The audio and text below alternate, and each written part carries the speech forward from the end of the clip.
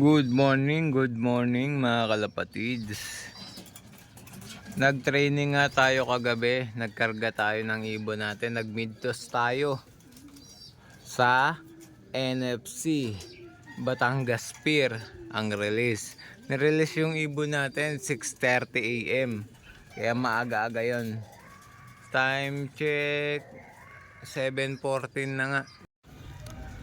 Ayan guys, update sa mga ibon natin. 8:30 na, wala pa tayong ibon. Ano nangyari sa ibon natin? Dalawa pa lang nagka-clock sa club. Ewan ko kung nagdatingan na yung iba. Ano kaya nangyari sa ibon natin? Bakit natagalan? 2 oras na. 6:30 na release yung ibon. Batangas Pier hanggang ngayon wala pa.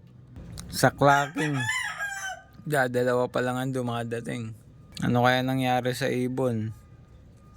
Bakit nagkaganon? 2 oras na. Wala pang dumadating sa ibon natin, oh.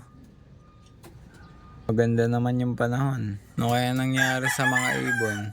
Hindi na pa tayo nag-aabang. Hintay-hintay pa tayo guys. Eto, mukhang may ibon na tayo isa. Ayan. Yung Dirty Blue Bar. Ayan, kakarating lang, oh. Anong oras na dumating? 8:36 na. Ano kaya nangyari sa mga ibon natin? Nag-ipot agad. Kumaya agad dun, lumaling sa kabila.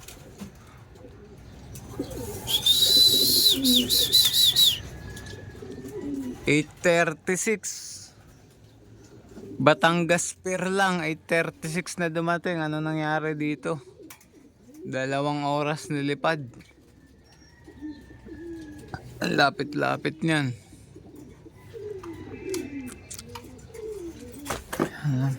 Sukin natin. Ang Dirty Blue Bar. Pasok. 8:36. Pasok na, pasok.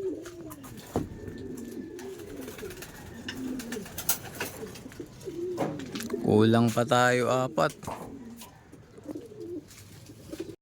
Ayan. Alas 9 na. 9:06. Iisa pa lang yung ibon natin. Ayan. Ngayon lang nagloko yung ibon natin ng ganito. 3 oras na. Tama. Magtatatlong oras pa lang. 6:30 nirelease yung ibon natin, hanggang ngayon wala pa. Yung 4, isa pa lang yung nakakawi. Ano kaya nangyari sa ibon natin? Ngayon lang nagloko yung ibon natin ng ganito. Hindi natin, wala naman tayong binigay na iba. Wala tayong bago na binigay sa ibon natin. Wala tayong gamot, ganun. Pero bakit nagloko yung ibon natin ng ganito? Batangas Pier lang yan, tapos ganito katagal uuwi. Ano kaya nangyari? Ano nangyari sa ibon natin? Ayan. Iisa pa lang yung pauwi natin. Yung 4 wala pa. Ayan. Akyat ulit tayo sa taas. Tingnan natin kung may nadagdag sa ibon natin.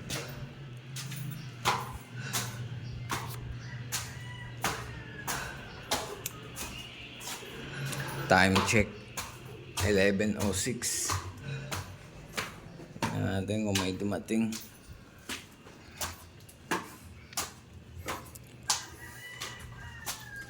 Kakagising lang natin.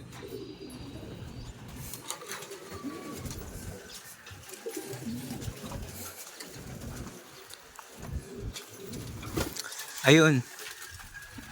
Dumating si Brown sa Red Bar. Sa Red Bar. Si Grisel wala pa, oh.